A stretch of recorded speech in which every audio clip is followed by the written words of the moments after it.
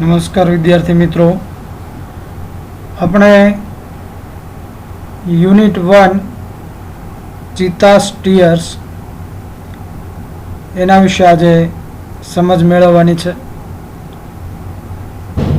અગાઉ એનિમેશન જે છે એ આપે જોયું, એનિમેશન વિડીયોના ઉપરથી ખ્યાલ આવી ગયો કે યુનિટમાં શું કહેવા માગે છે.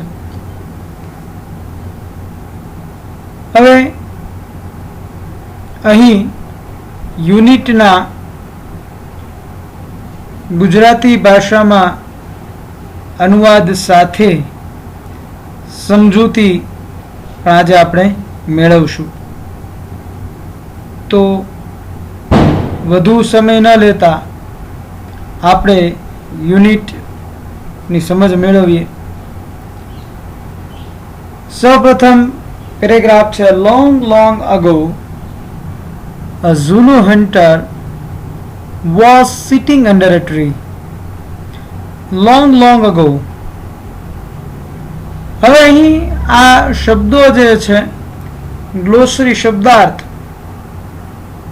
એ અલગથી આપને આપવામાં આવશે.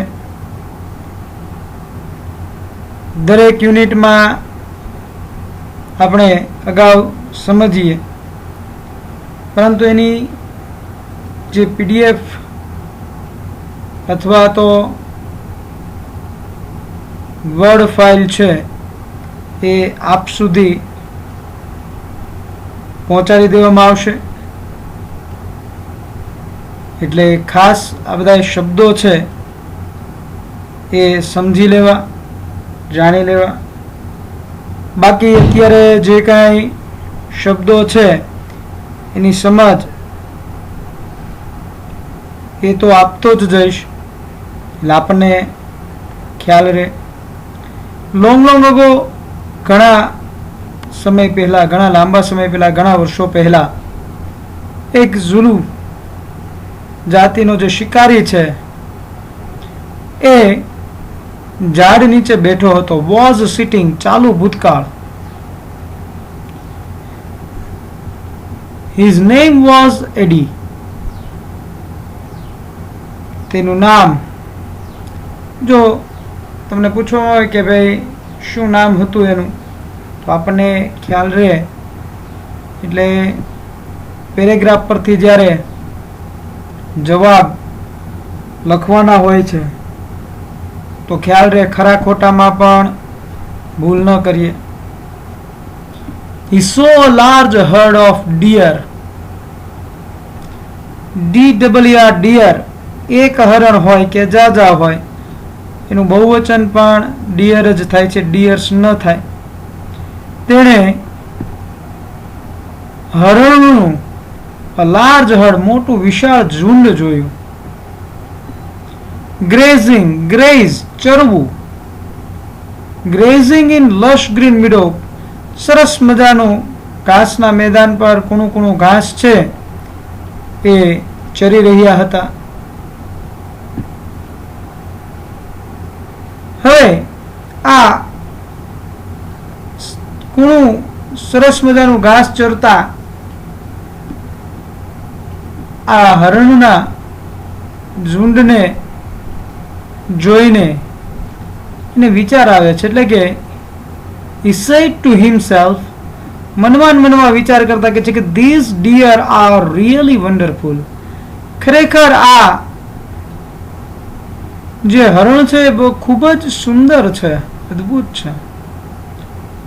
જો એનો શિકાર કરું અને મને મળી જાય તો ખૂબ જ સારું કહેવાય.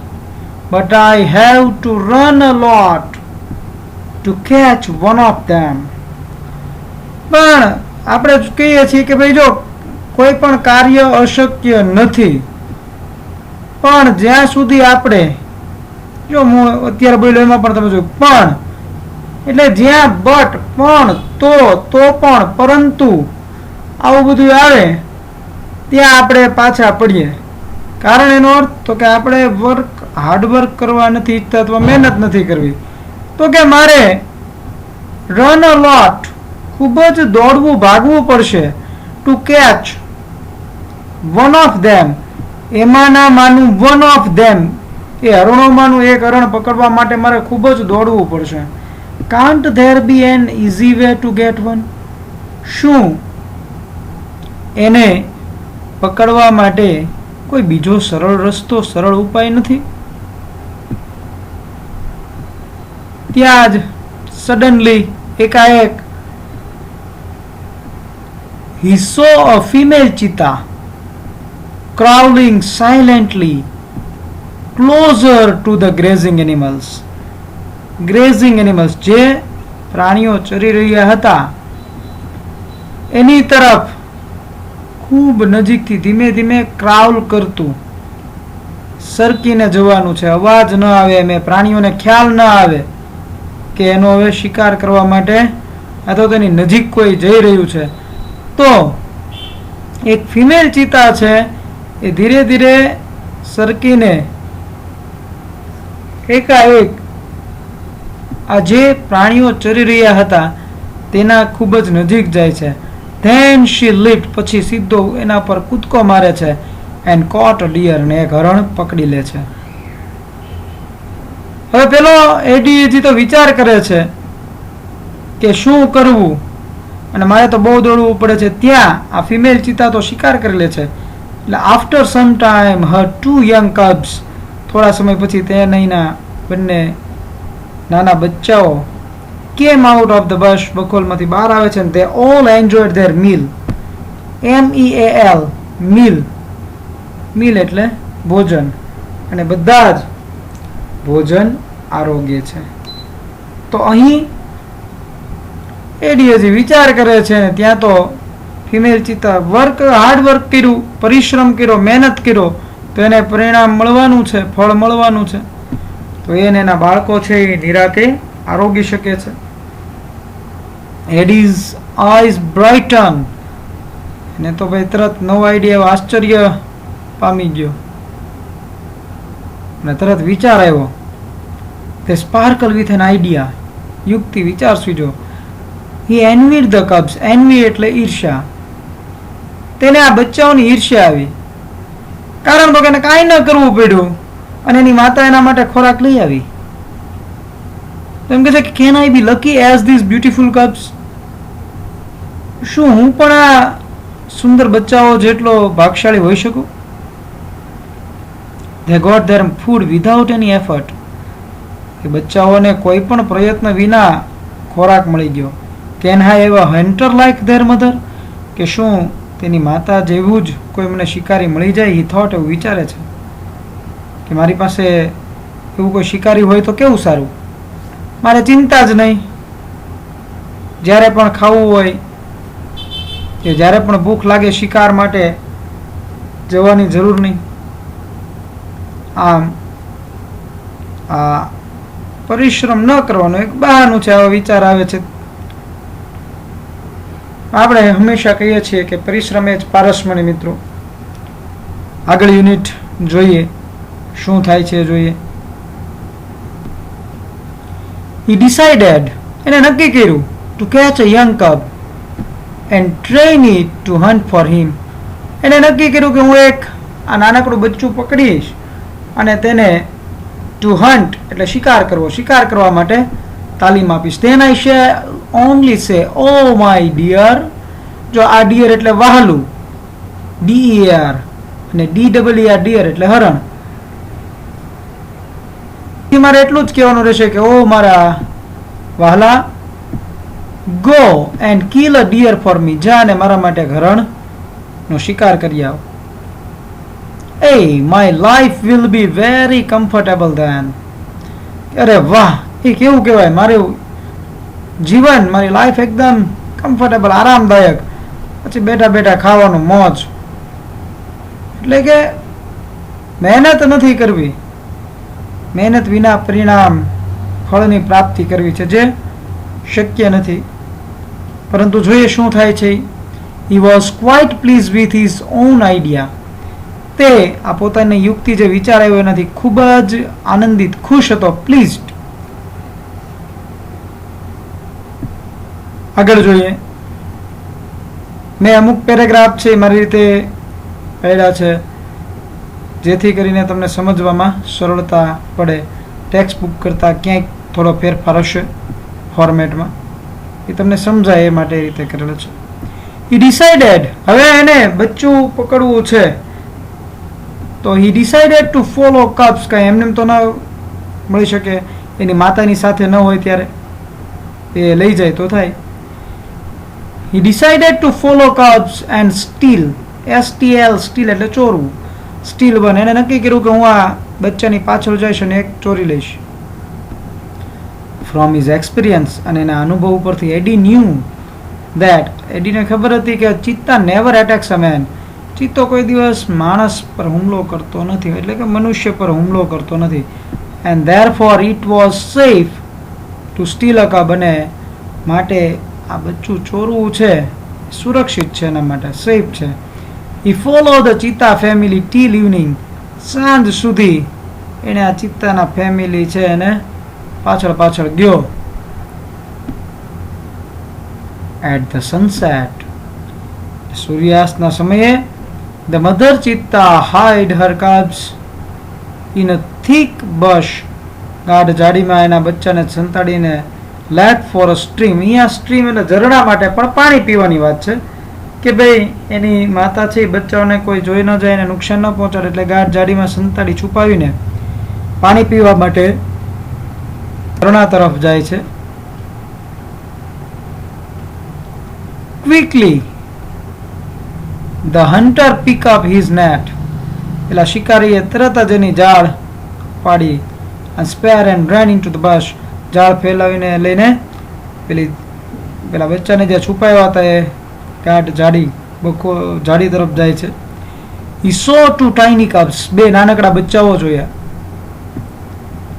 બંને એકદમ નાનકડા. they look at him with their bright eyes,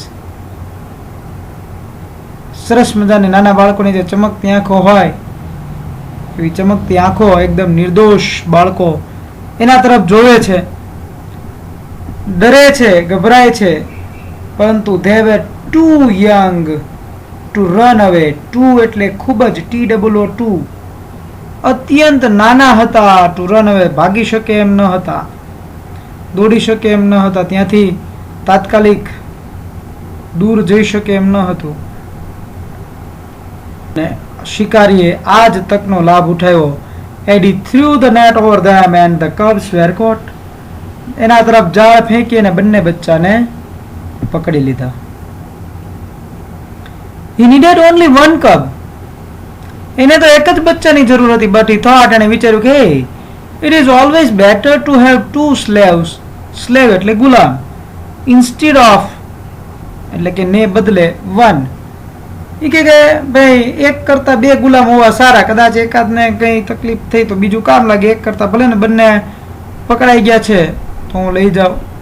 he dragged them with him and hide them under a big basket, ઘસડીને લઈ જાય છે તેની સાથે અને એક મોટા બાસ્કેટ ટોપલા નીચે એને સંતાડી દે છે. વિચાર કરો કેટલો દુષ્ટ માણસ છે, આટલા કુમળા બચ્ચાઓને માતાથી દૂર કરે છે, પોતાના સ્વાર્થ માટે ઘસડીને લઈ જાય છે, ટોપલામાં સંતાડી દે છે કોઈને ખ્યાલ ના આવે એટલે. The mother cheetah returned after a while, થોડા સમય પછી એની માતા આવે છે. she did not find her cubs,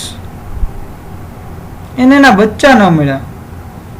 she looked all around, ચારે તરફ એને જોયું.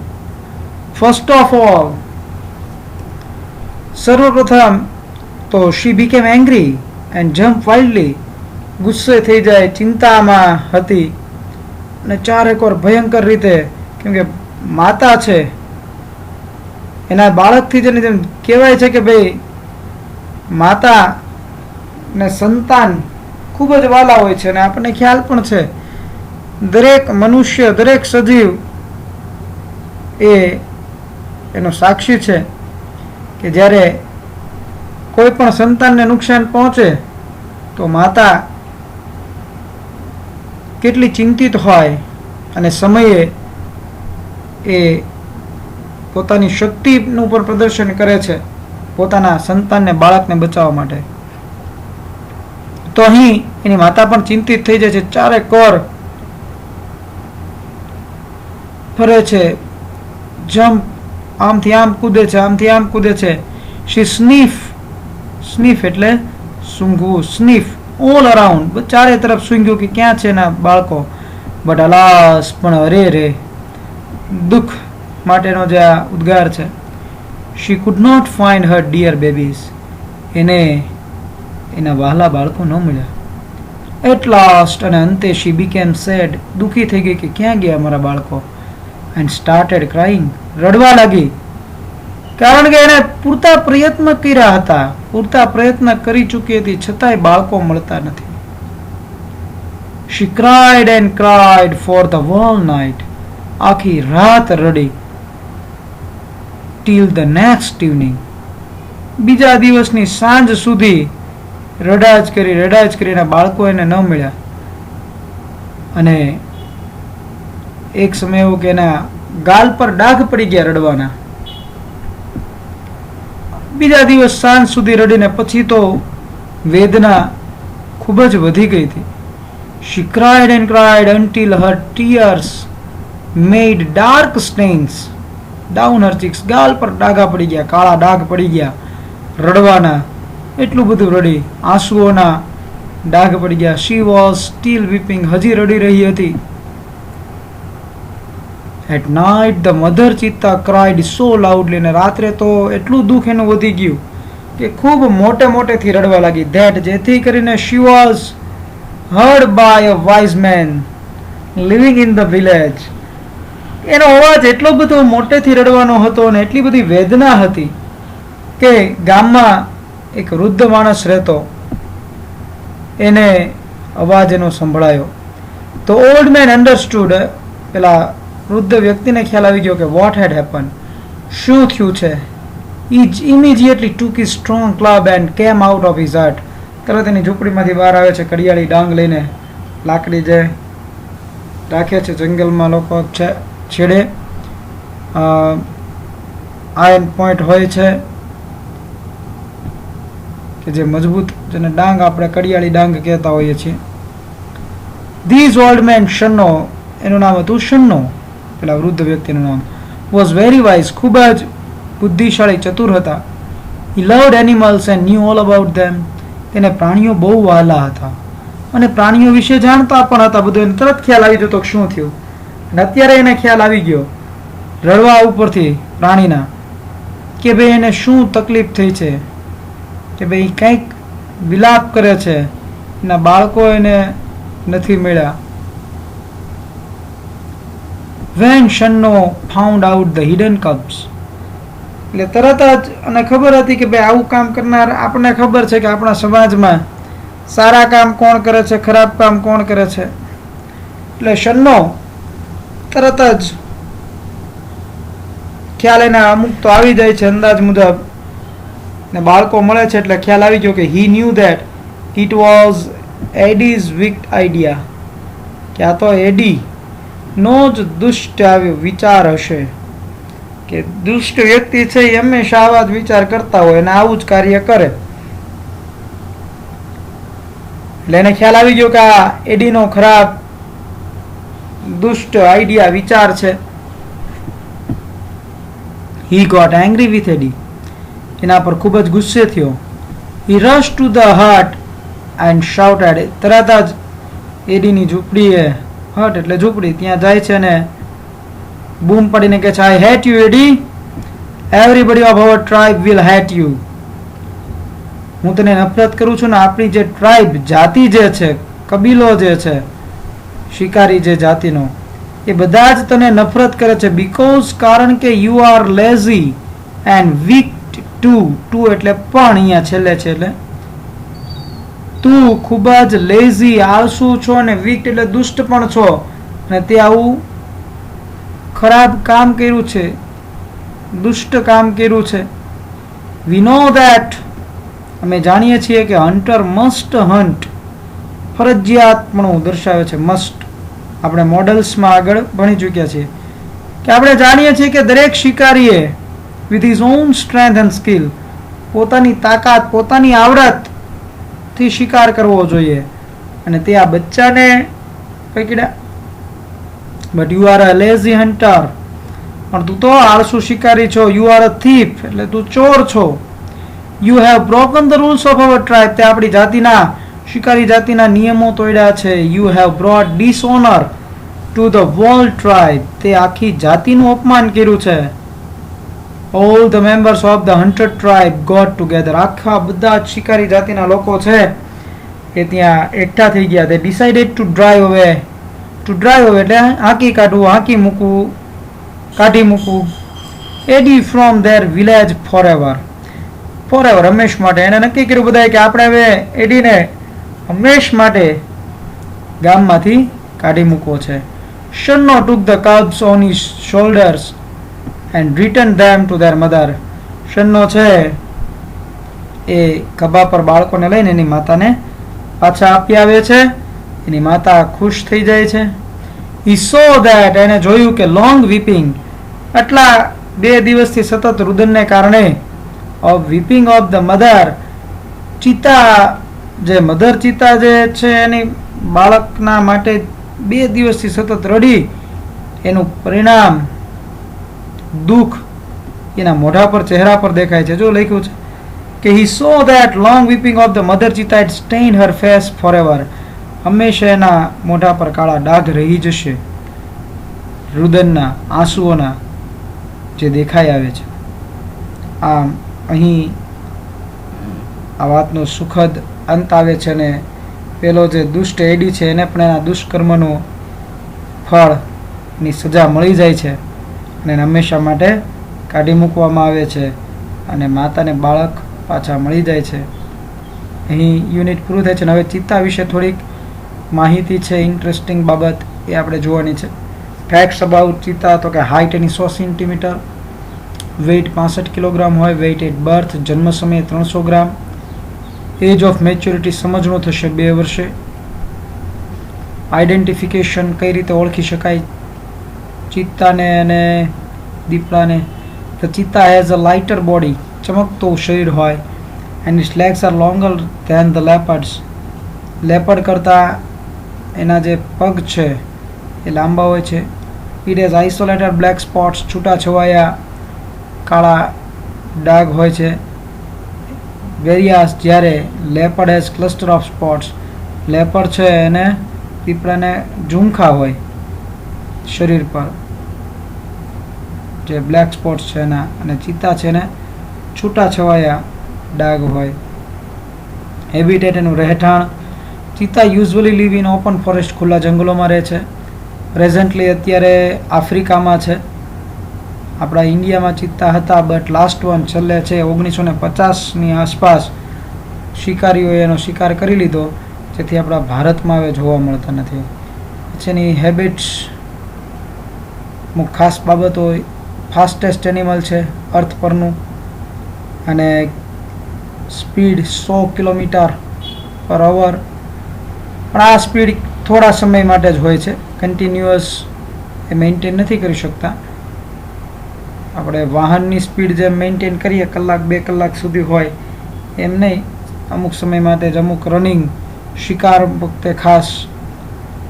પછી ક્યારેક sometimes it can a leap, એનો કૂદકો 25 મીટર લાંબો હોય છે, એક સાથે 25 મીટર સુધીનો કૂદકો મારી શકે છે. It creep silently behind the prey, prey એટલે એનો શિકાર, એનો ખોરાક છે, શિકાર છે, એને પાછળ ધીમે ધીમે સાયલેન્ટલી ક્રાઉલ કરતા જાય છે. And then leaps up to catch it, અને પાછળથી વાર કરે છે, જેથી શિકાર કરે તો એ શિકારને ખબર ન હોય કે ક્યારે પોતાનો શિકાર પોતે શિકાર બની જશે. It does not preserve its prey, તેનો ખોરાક સાચવતા નથી ને એટલા કારણે જ it sometime causes death of cubs and young cheetah, નાના બાળકો અથવા નાની ઉંમરના ચિત્તાનું મૃત્યુ થવાનું કારણે થઈ શકે. It is a solitary creature, તો એકલા રહેતા હોય છે. It does not live in a group or a herd, તે જૂથ કે ઝુંડમાં નથી રહેતા. Its family separates as soon as the cubs are mature. 2 વર્ષના થાય બાળકો સમજણા એટલે પછી તે પોતાના ફેમિલી સેપરેટ કરીને અલગ રીતે રહેતા હોય છે. ડાયટ એનો ખોરાક, મીડિયમ સાઇઝના બક્સ જે કાળિયાર છે એનો મેઇન ખોરાક છે, અને ક્યારેક હેર્સ એન્ડ લાર્જ બર્ડ્સ એ પણ એ ડાયટમાં આહારમાં લે છે. પછી એના કબ્સ બચ્ચાઓ, ફિમેલ 2 થી 4 2 to 4 cubs at a time 2 થી 4 બચ્ચાને જન્મ આપે છે એક સાથે. They are very beautiful with long silver grey fur.